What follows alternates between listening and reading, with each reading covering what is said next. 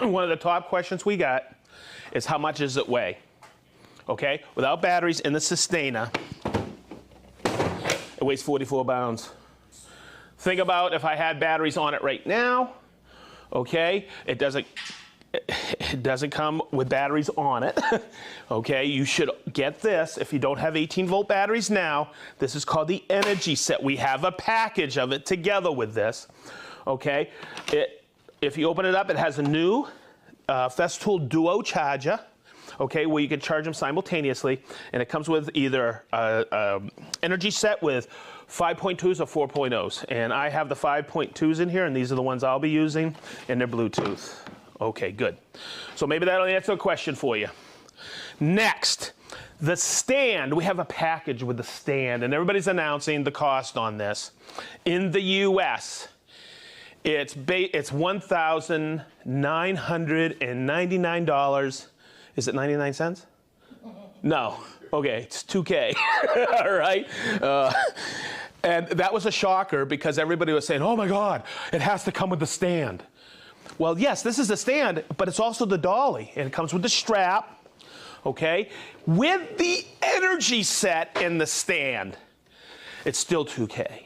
So those were the top two questions: when and how much. And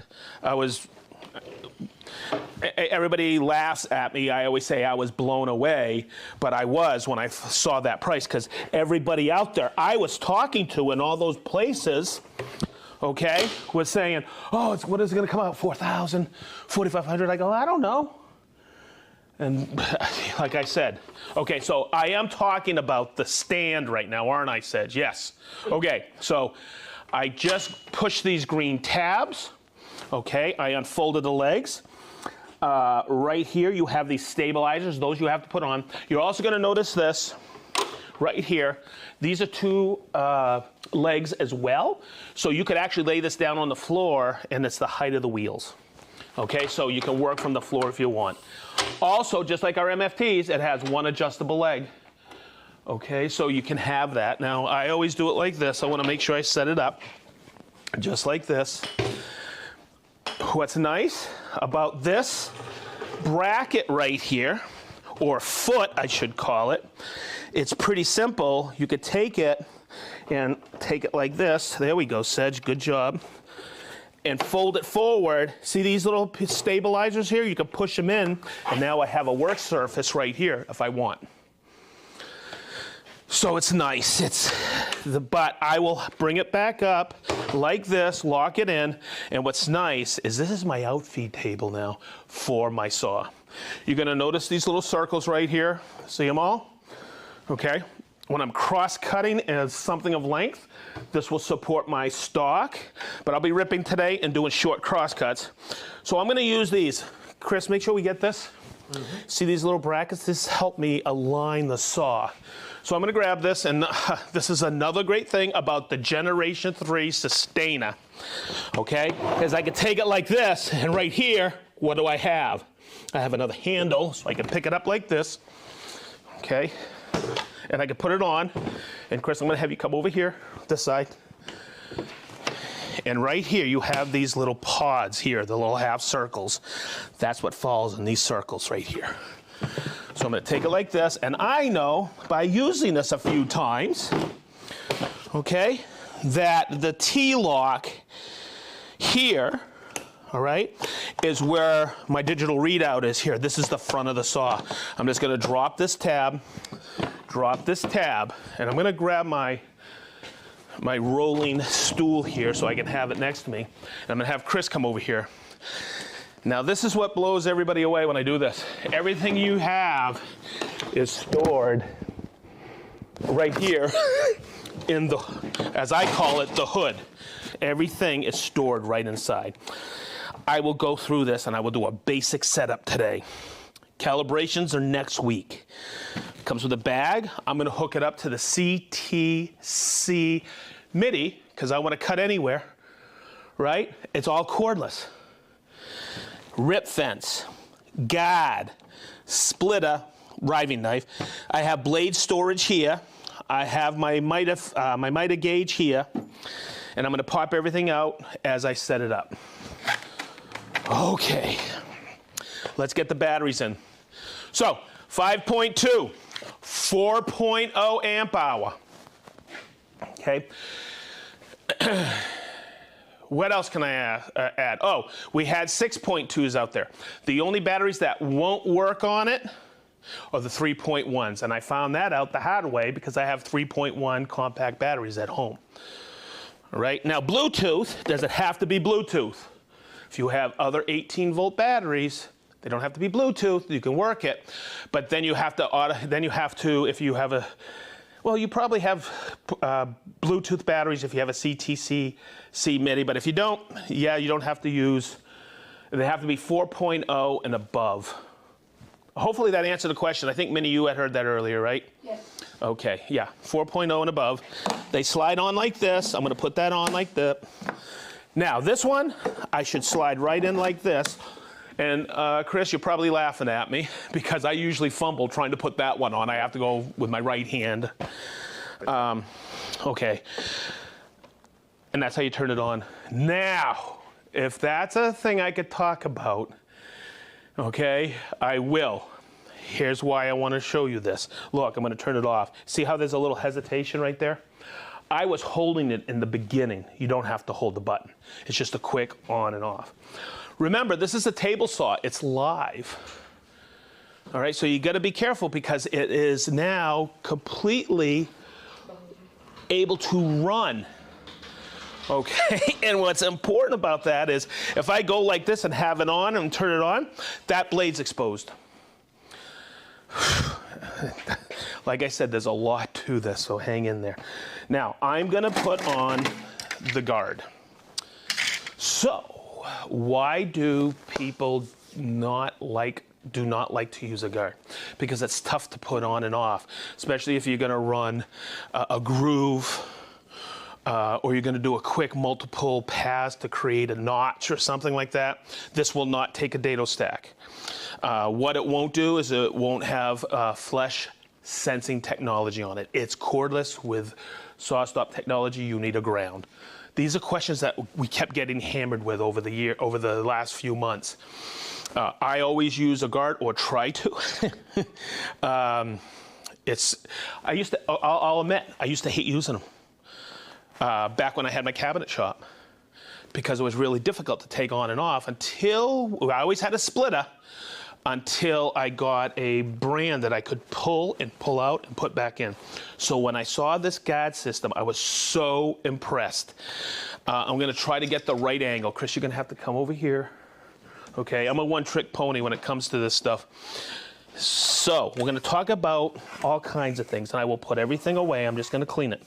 Okay, right here, I don't know if the lighting is good. There's two little lines. And what I do is I just use it as a quick reference. I take the guard, and it's in. It's that easy. Now, to remove it, and I am going to turn it on now. It's okay, stay right there, Chris. Okay. There's a little hole right here. And there's a little icon. Okay, this is in case you don't open the owner's manual. Okay, and I'll talk about that in a minute. To remove either the riving knife or the guard, it has to be in park position. Okay, Chris, follow me over here to the digital readout. We're going to come right over here. And I have a digital readout. I'm just going to do this really quick. I have it in park position, but if I didn't, and I'm just going to take it right here really quick to a different position. There's two servo motors on here. One is for the angle and one is for the height. If it is in this position now, I bring it down to P. And that's what that icon said. That's park. Now I'm going to hold the button, and I don't know if Chris can get this, but it's coming up, and it's going to stay at 30 millimeters in height. Hang in there, everybody in the US and Canada. Yes, you can put it into Imperial, and I'll show you that momentarily. The reason you put it in park is because when I take this 6mm wrench, which comes with it, I can go like this and remove the guard and riving knife combo. Right here is if I'm going to create a groove, I put this in because I can't create a groove in a board or a notch with a guard. I have to use the whole thing, and you'll see it sits ever so slightly below the top tooth. It's a 1.8 millimeter blade. Comes with a 42 tooth. Over here, there's two saws. It's 168 millimeter diameter. Okay, and guess what? 20 millimeter bore, 1.8, and guess what takes that? The new TS60 and the new TSV60 KEB. So that's how you change either the riving knife or the guard with the riving knife. It's that easy. I got my Bluetooth, the CTC MIDI, and I get my shtick together here. Comes with Bluetooth enabled. So if you have a Bluetooth battery, you can go like this with the remote and press this button. I'll make sure I have it on. Press this button right here. Okay, you're gonna see right there, it's blinking. So if I come over here and turn it on, I'm just gonna get this out of the way.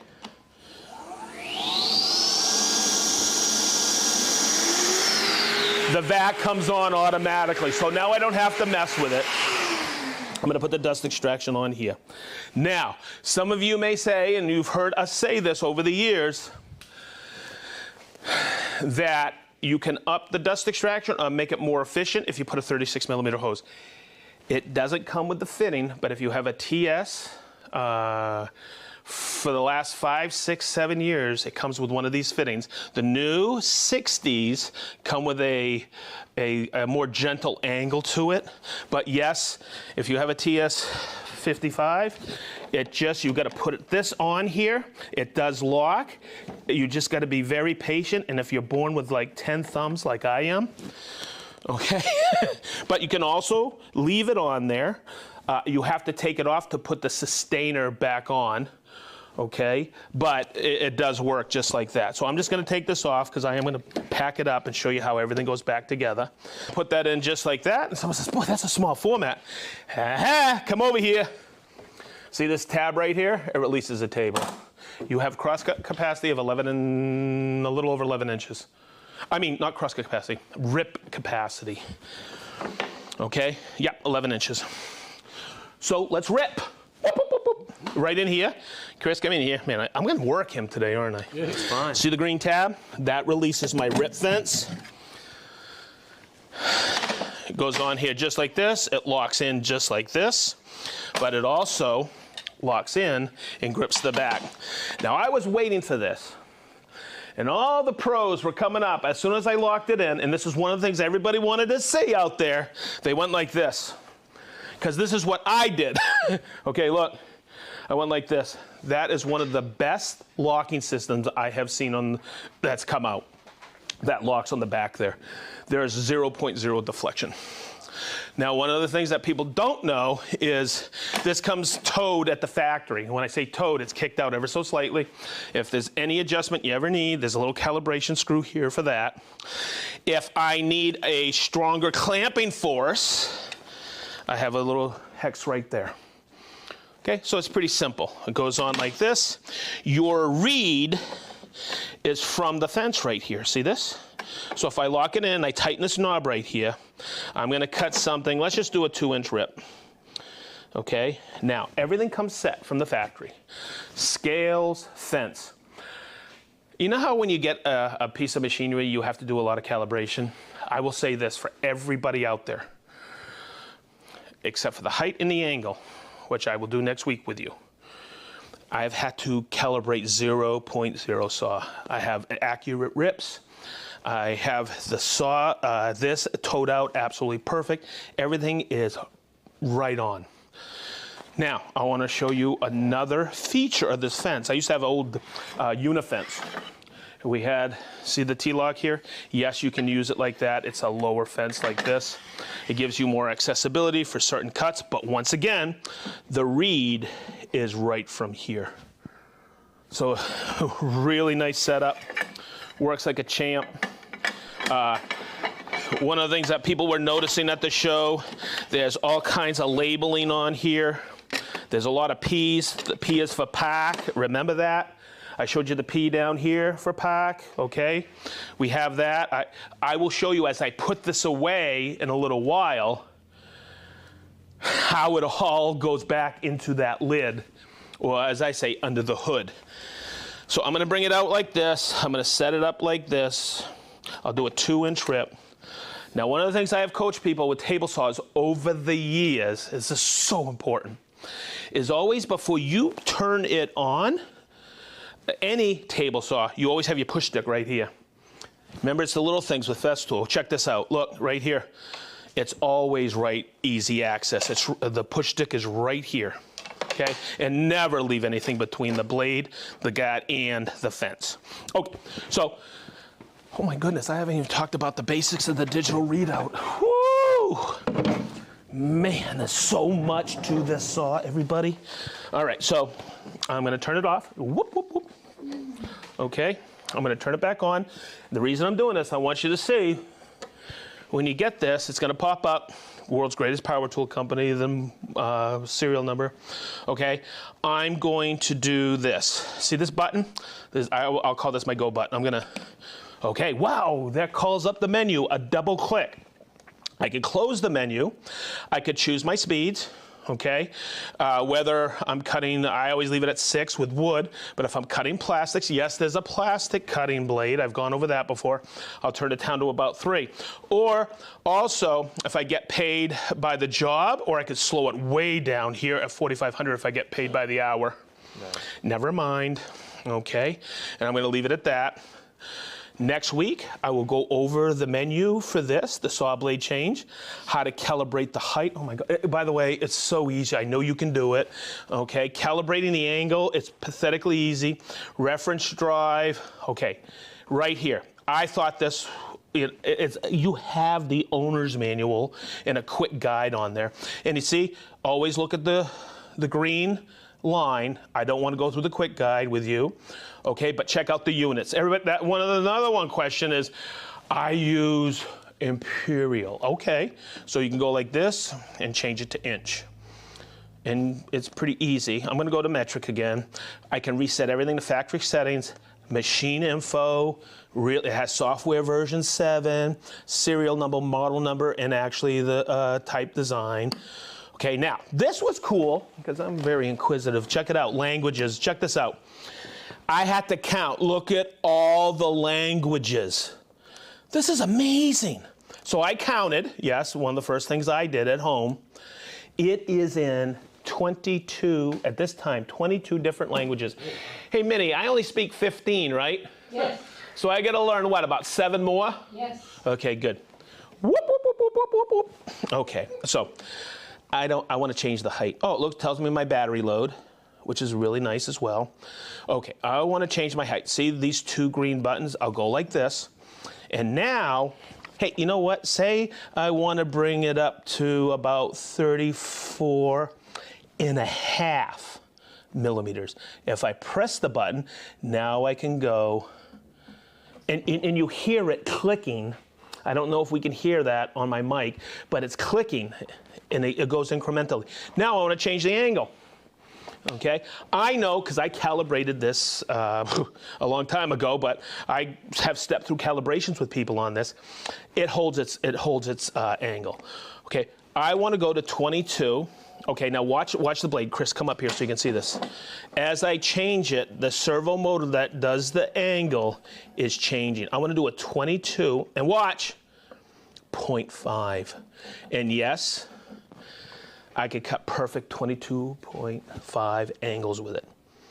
So I'm gonna go back here. I don't wanna hold the preload. I can go through some of this tomorrow.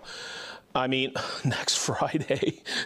Minnie, you're not coming in tomorrow, are you? No. Okay, so we'll do a quick rip here in a moment. But I want to do a typical one where I want to cut a 34 millimeter in height and -10, because it goes to -10 or -10. So Chris, what I'm going to do is I'm going to hold the button. That's all I have to do. Hold the button and watch. It will set my height automatically and bring me, and look at this, -10 degrees. So one of the things I wanted to show everybody, and I showed this 1,000 times this year, okay, is what is one of the things out on the job site when I'm installing a kitchen is I've already finished my filler strips, but I want to do a back bevel on them. And what I used to have to do with my other table saws is either switch the fence because it was right tilting, I couldn't get a negative degree on there. Now I could cut with my finish up. And if you've installed kitchens and you would bring in your strikes there that are already finished, this is a unbelievable application. So I'm just gonna take this piece, you know what, let me get you something a little bit better so I can show you. And I got it set at 2" right here. But I wanna show you what this is for. It's my outfeed table. So when I get about here, wait a minute, maybe I need a little bit more. So you may have this, you may have an MFT, you might have an MW1000, but remember with Festool, everything is basically the same height. I'm just gonna lock my STM in, and I'm going to make the cut. Pretty simple. So I have my push stick readily available. I'm just gonna pop it out. I'm gonna turn it on, and one of the other things that people notice is it's very quiet. But I'm gonna rip that material down.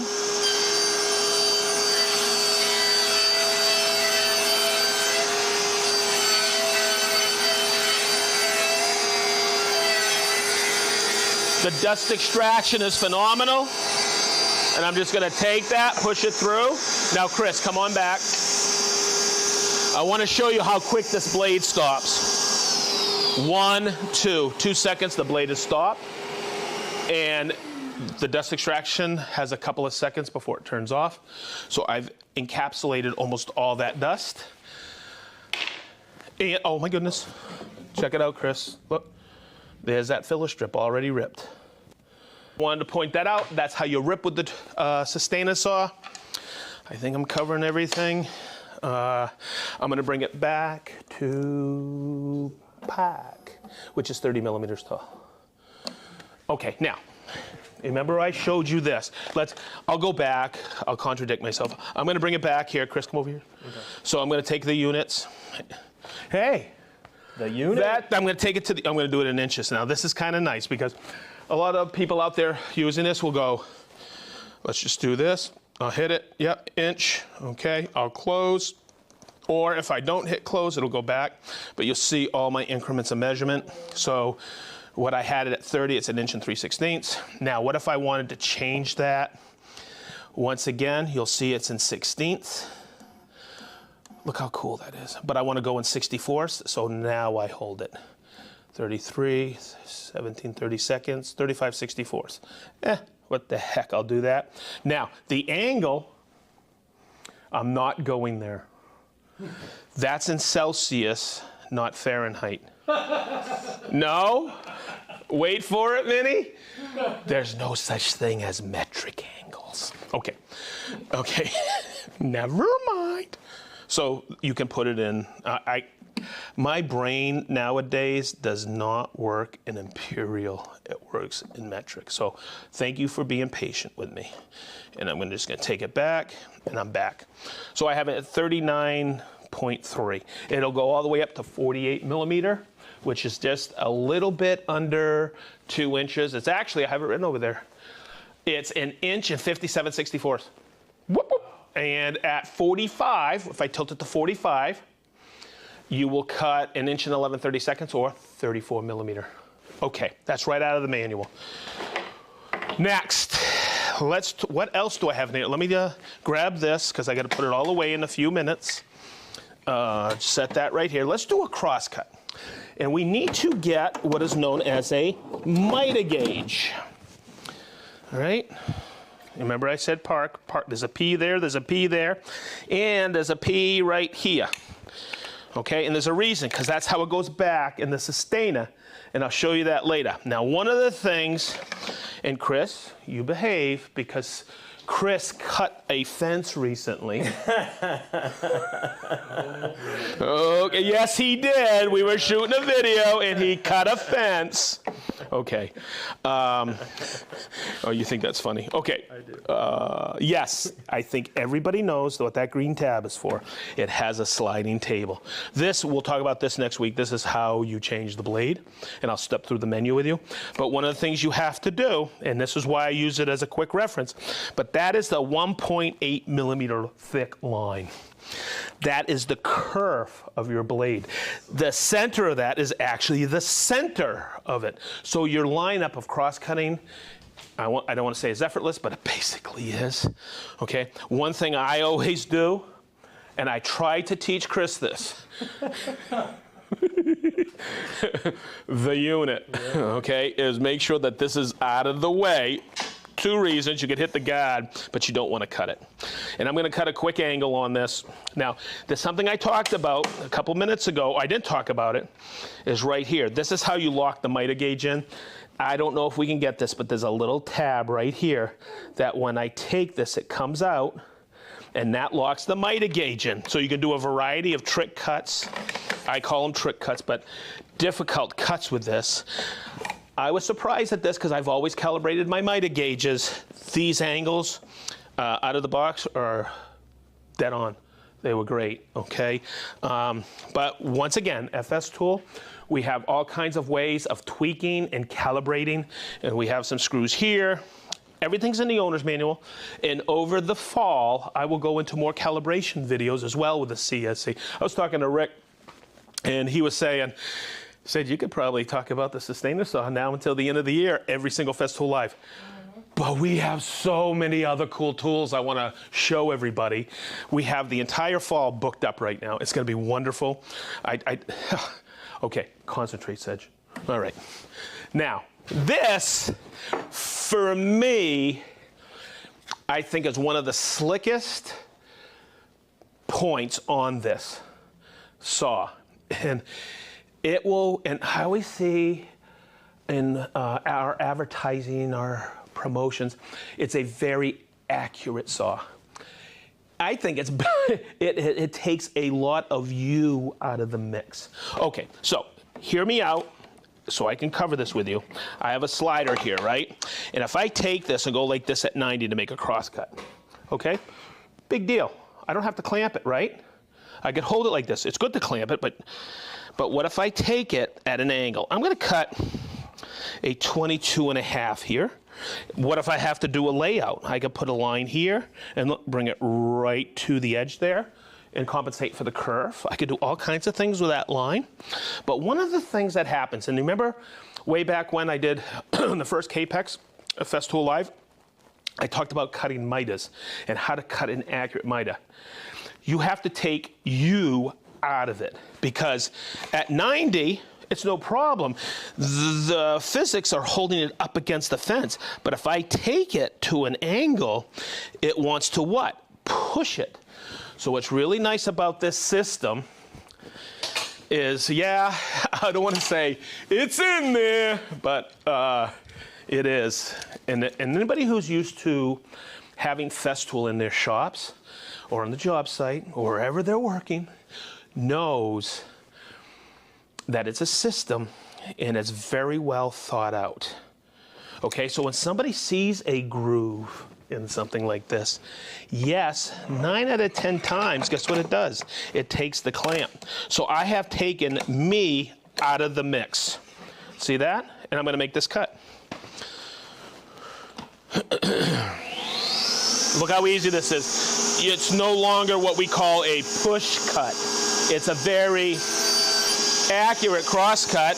And what I really like about this is it stops in what? About 2 seconds. Get the point? Whoop, whoop, whoop, whoop. Wow. Okay, now, there's no feel-o-vision, okay? But you want to talk about a sweet cut on this. And next week, yes, I will be changing a blade and we'll be doing really thick rips with this. I got some walnut just for that at 48 millimeter, and you'll see the quality of cut. My friend Jason just did a cutting board I saw on Instagram, and he was showing the quality of cut on his CSC SYS 50, this saw. Okay, deep breath, Sedge. All right. So, rip fence, cross-cut fence, or miter gauge, the slider. I mean, everybody who's out there at the watch party in Dayton, go up and feel that, how smooth that is, that slider. Hopefully you're showing them, Travis, because this is one of the smoothest sliders I've ever seen. I have one at home. I've had experience with them because I have a CS70 with a sliding table. That's an older Festool saw that's available still in Europe, I believe. Okay, once again, I go like this, it locks it in.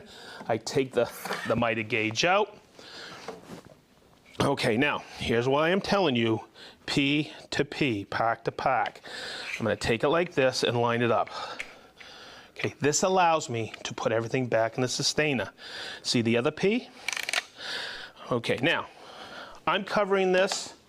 I'm gonna see where I put it. Never mind. Your saw comes with a point of sale sticker on it. Okay, I took it off. There is a QR code on there. There is a quick user's guide to it. I went and watched them. They're produced in Germany. They're fantastic. Frank does such a great job with these. Quick videos. And guess what? The video's 2 minutes. Some are 30 seconds. There's 4 or 5 of them. It'll bring you all up to speed. Okay? So, if I've made this complicated, I apologize. It is not. There's a user guide on here. I've told you that. I'm going to start putting some things away. Oopsie. You know what I got to do, Chris? I got to put this on pack. Oh. So I got to do like this. I'm going to pack it up so you guys can see it. I'll go back in there. I'm going to take this off. Okay, I'm going to turn it back on so I can bring it back over so everybody can see this. Nothing is difficult on this.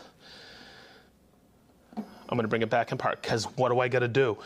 I got to grab this and I got to take my guard off and I'm going to take it like this, take it out. I can leave it at 30 millimeters in height to put what? The lid back on.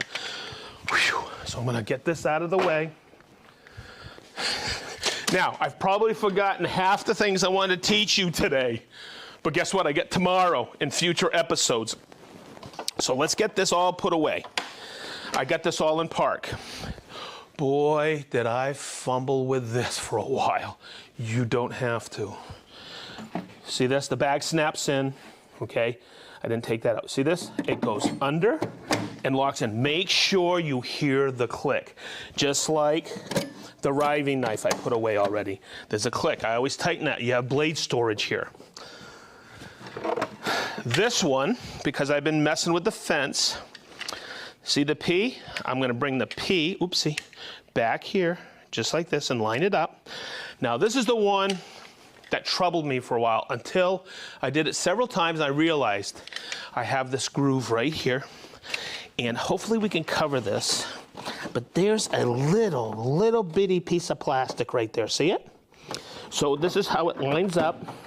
I'm going to put it in here just like this and set it down. And listen. There's the click. It locks in with those green tabs. Next, where's the guard? I got the guard right here. Once again, a little piece of plastic. It goes in here like this, and click.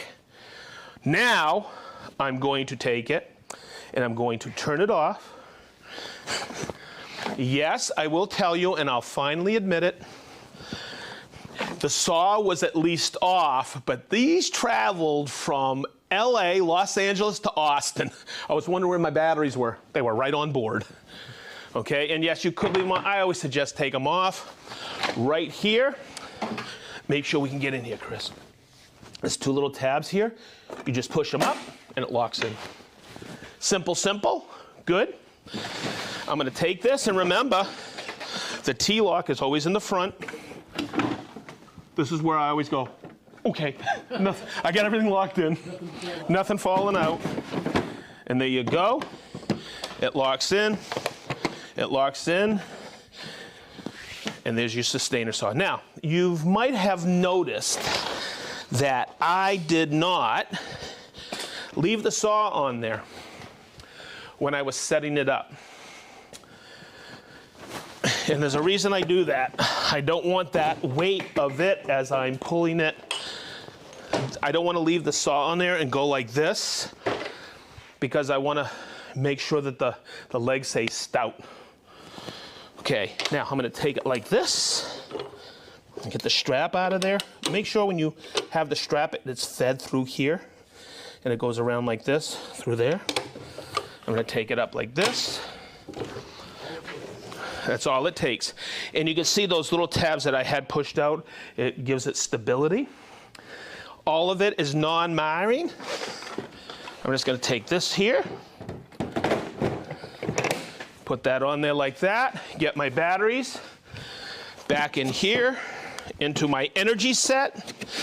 Oh, guess where the sticker is? Under my energy set. Look, there's your QR code for the quick guide for the CSC SYS. Guess what? I was reading the owner's manual. I finally went, wait a minute. I looked at the sticker, I QR coded and watched my buddy Frank. He does such a great job with videos over in Germany.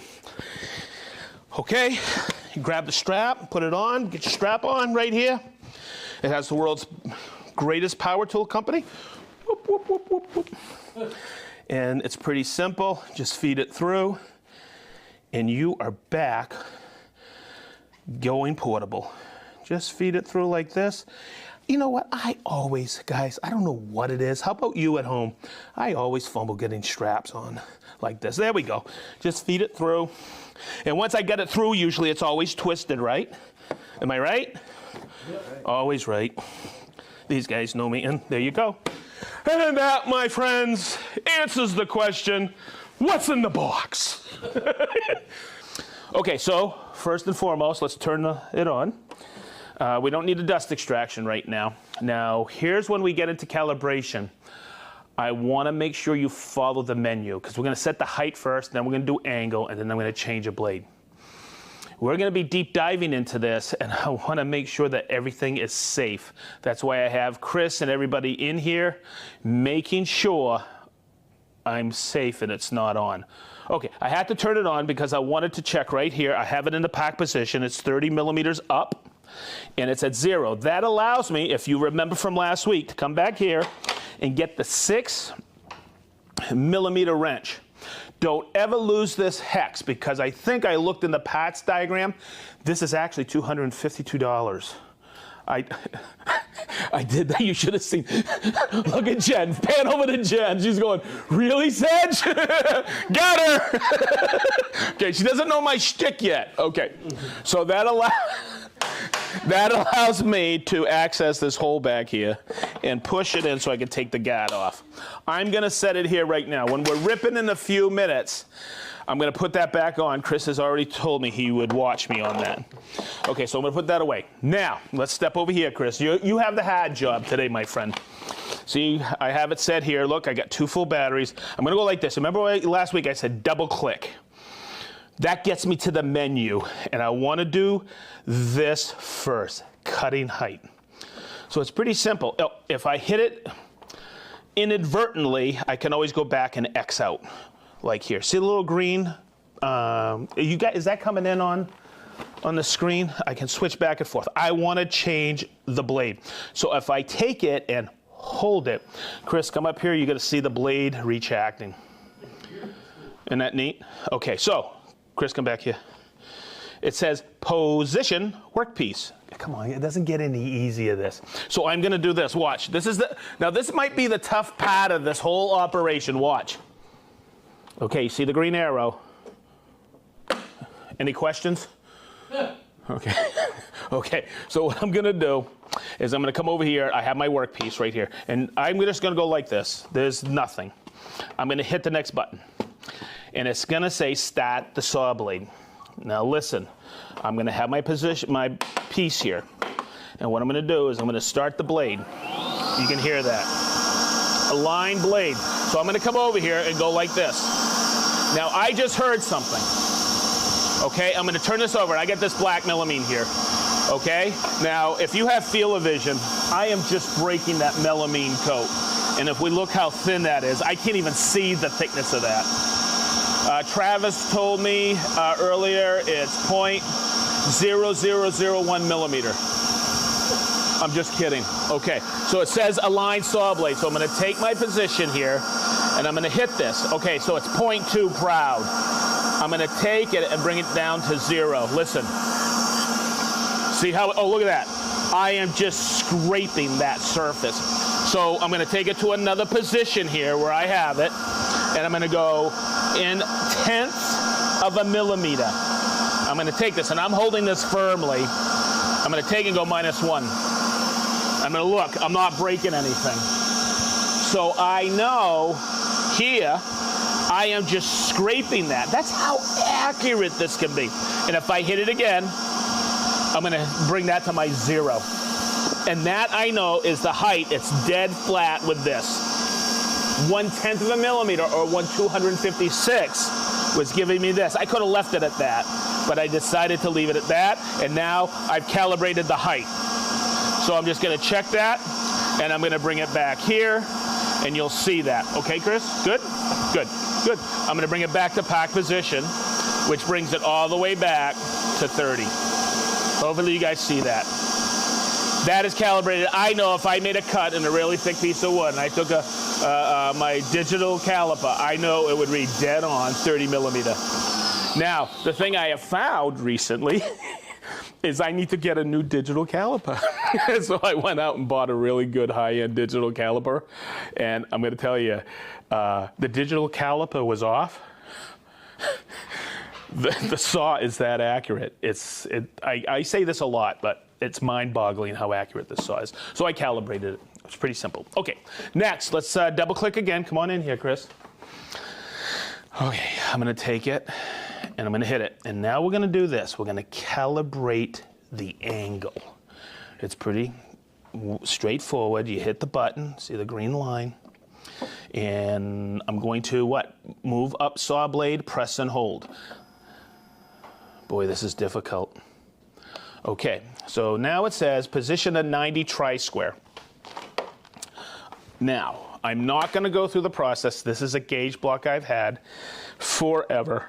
It's a machinist personal gauge block I bought many, many moons ago. I know that's dead on 90 degrees. There's no way it cannot be. All right, it's a solid piece of steel. So what I'm going to do is I'll take this in, and it says position at 90. So this is, oh boy, Chris, hopefully we get this. Okay, you're going to have to shoot over my shoulder. On my shoulder makes me happy. Sing it, baby. Woo! Sunshine on my shoulder. Never mind. That's a no for me, bro. That's a no? Okay, good. Okay. Hey, Moo! Okay.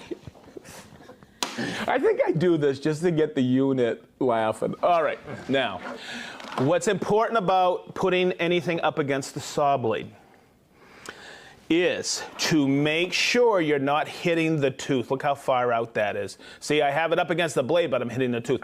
You want to register your tri-square or your gauge block, your 90, at what? On the steel plate of your blade. Okay, and I've done that. And you're gonna see, because when I toggle over, okay, it's gonna start, and Chris, you're gonna shoot right in here, because I'm gonna mess with this. Okay, and I'm gonna start now, watch. See how it's 0.3? I know it is because I could see it. Okay, I'm gonna take it again, look. And you're gonna see how it comes right in. There's -1, nope. There's the, and that's what I had it at. Now I've taken this, I've thrown it around, on and off the cart. What it does is it takes you to like 0.3 initially to have you dial it back in. But this was, as you can see, 0, perfectly calibrated. Look at this. I'll take it way out. And you can see the daylight. Look, Chris, see that? So last week, what I wanted to get across, look, say it's out 1.4 degrees, right? I could take this now, okay, and it's stepped. It's a stepped servo motor. I can dial that in tenths of a degree. Look, look, look, boom, boom. No more daylight. The only thing I will recommend is it has to be a Festool CSC light to put behind there. Hey, Mo! Okay, never mind. Wait for it. Wait for it. That's how you calibrate the angle. So think about this, everybody. This is what I want you to think about. All right, so let's go back to all other table saws.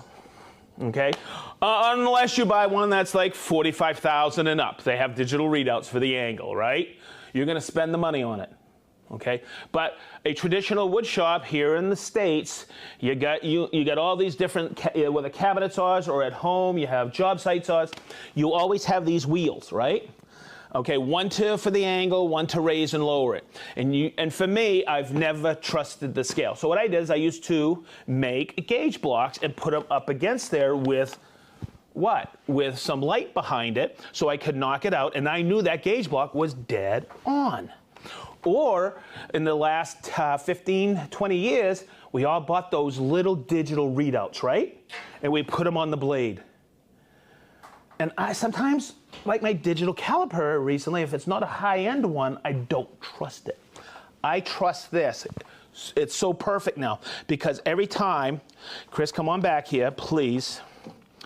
Okay, everybody heard that, right? I always say please to Chris, okay? I don't want to be... Thank you. You're the best cameraman ever we had here at Festool. Oh, wow, what an honor. Oh, wait a minute. What, Travis? He's the only one we ever had? Hey, wow! Okay, so I have that. Now, I'm going to take it here. Look, if I take this, and look at the blade too, Chris. Look, I'm going to take it up to 22.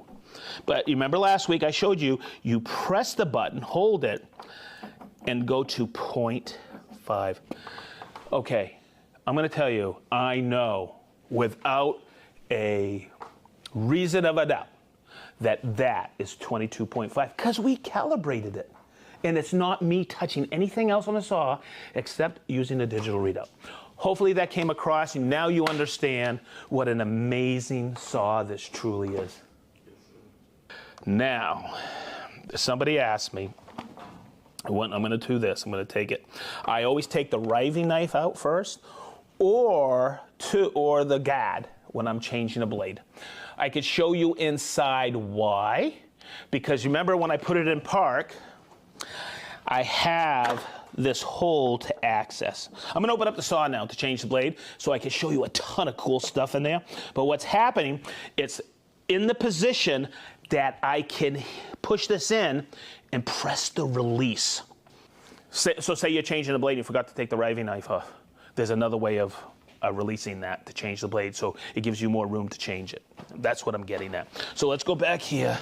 I'm going to double click it. I'm going to bring us back to saw blade change. When I was going through the proper way of showing you everything yesterday, I was going to start with the saw blade change and then calibrate height. But I want to go back to calibrate height because when you change a blade, you're going to see on the menu in about 4 or 5 screens is going to say calibrate height. I'm not going to do it again for you, but I want to show you, you can always double check everything. Position, press and hold. This is tough.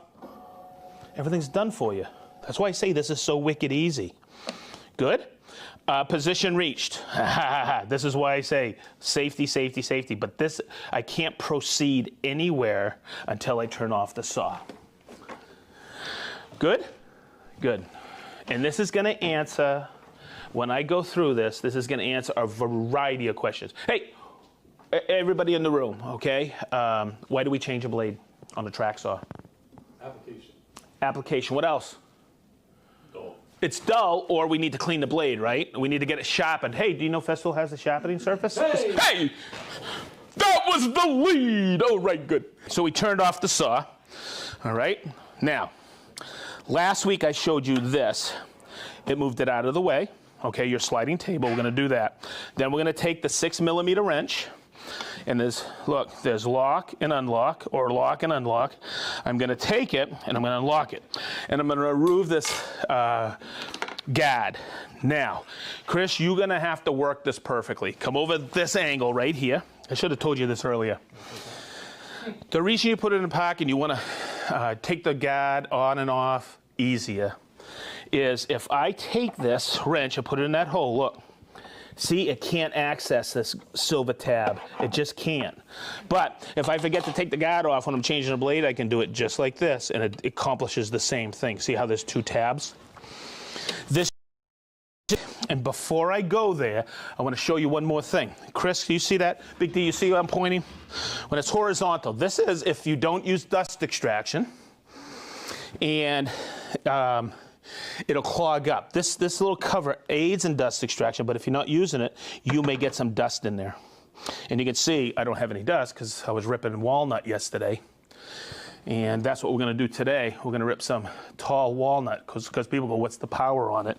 But I won't do that. Do you know why? Because of the blade I have on there and its application. So what I'm going to do is I'm going to find, as I press down here on this one, that's going to find the hole in the arbor. And then what I'm going to do is I'm going to take my 6mm wrench. I'm going to seat it. Chris, I'm going to have you pull back because I don't want to jam you. And I'm going to what? Pull. Now, this is a lefty-loosey, lefty-tighty, righty-loosey. Okay, so I just have to break the tension on there, and then I'm going to spin this nut off. Pretty simple. Okay, I'm going to take the screw off.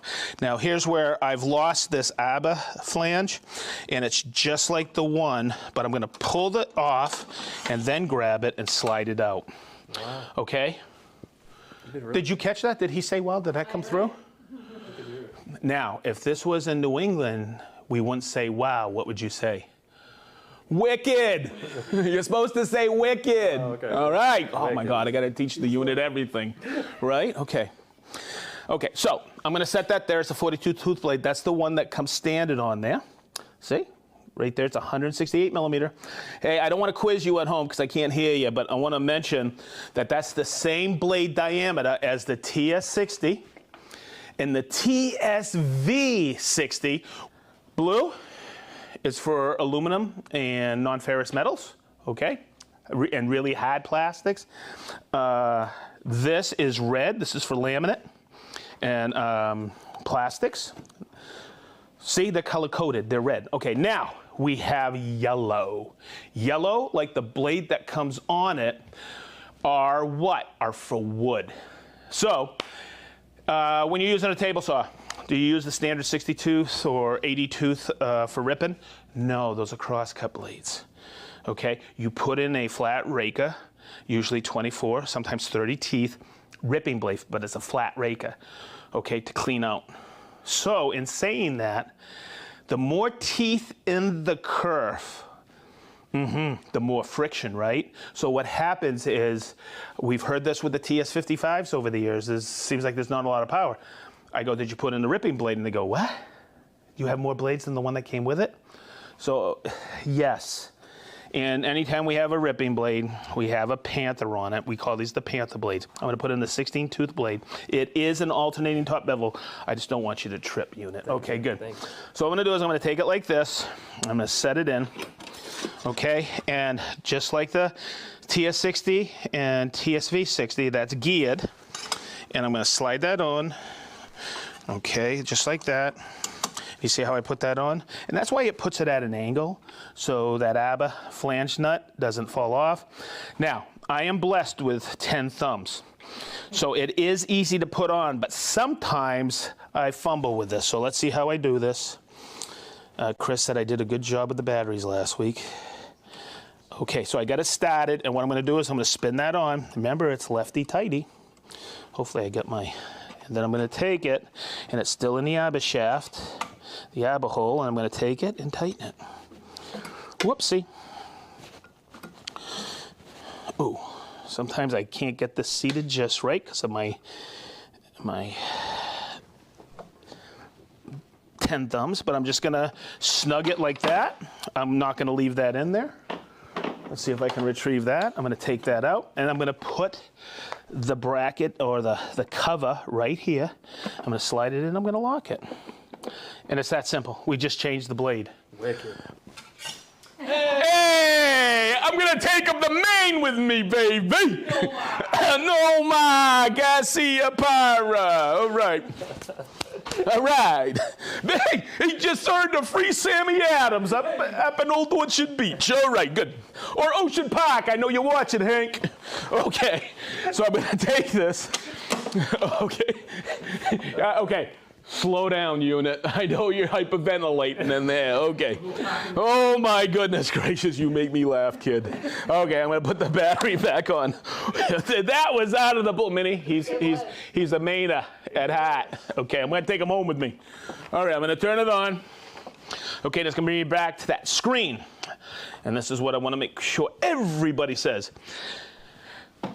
I had that said earlier. I know I changed the blade. This one may be a sharpened blade already, and I need to calibrate it. I'm not going to go through that again, but here's what happens when you pull up the screen. Calibrate height. I'm not going to do it again. So you see how it says check? I could step through the exact same process as I did earlier, but I'm just going to X out of it. And I'm back to where I need to be. So let's do this. I'm looking at my preset menu. I need to do this. I need to bring it all, oopsie.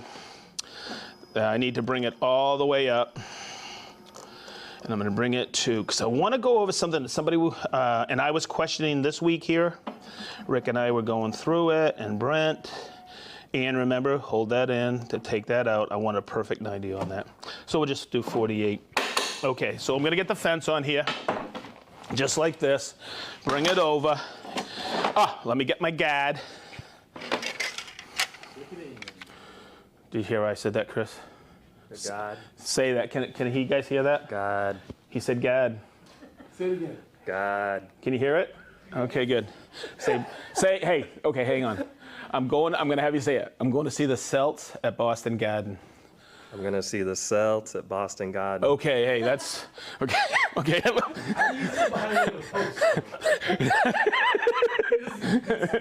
Okay, so if we go up to New England again, me and the unit, you guys got to come see us because I'm going to have them talking the talk. All right, good. Oh my God. All right. You know we do have fun, right? Okay, that's what it's about. Okay, so let's do this. I got it set up. And a lot of people go, hey, what's the power? What's the power? What's the power? Travis, you see that all the time out on the demo days, right? In the Festool experience? Cut 2-inch. Will it cut 2-inch or 48 millimeter? I'm not going to say it will cut 2-inch because I always go by company specs. All right, so I've had it up there, and some guy goes, oh, just go ahead and rip 1 3/4. I want to see that, and I did that out in Cerritos College. Everybody was impressed. So what I want to do is I want to talk through something. I want to take this board here, and I could take this just like this and send it through, and you'll see how it's going to cut. Okay, but I want a little more access, and when I'm doing a really thin cut like this, so I'm going to take this, and I'm going to take it to about, this is the one that's tough for me because this is an Imperial. I'm going to take this to 1 inch and 2 little ticks. How's that? Okay, 1/8, I think. Okay, so now I could take this, look, and as I'm ripping this, come in here, Chris, look. I'm going to do this, and my push stick is like this. So somebody was asking me, and I was going through it in my head this week. I'm going to put it in the low fence like this. It gives me a little more access. And so if I'm ripping, I'm going to rip 1 inch, right? Now, that would have been difficult if this was up tall, but up tall. Now you're seeing my up tall. Okay. This allows me to get access better with my push stick, okay? That's why we have these two. Some people I've asked, I think Garrett says he likes to leave it in this position quite often. Okay, so we're gonna rip this. I got the CTC MIDI. It's got 130 CFM. I got the 27 millimeter. There's something I gotta do. Travis, do you know what I gotta do? I gotta do the Bluetooth. Yes. Okay, Chris, come over here. You don't have to do it, Chris. Okay, I'm gonna hit this button here, and over here, Chris, you see it's blinking. I'm going to take it and turn it on. And see how it syncs? So that'll run a couple seconds afterwards. So I'm gonna start it up again, and let's do a rip.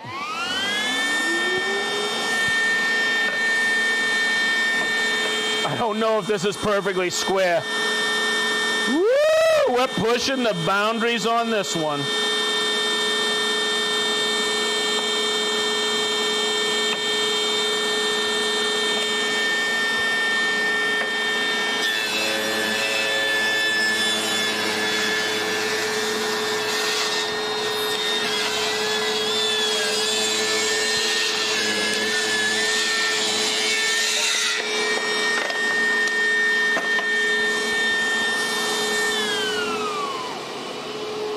And look at that.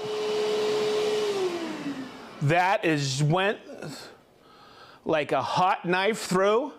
Butter. Yep. He said it. He said it. He said butter. All right. That's what I'm talking about. Woo!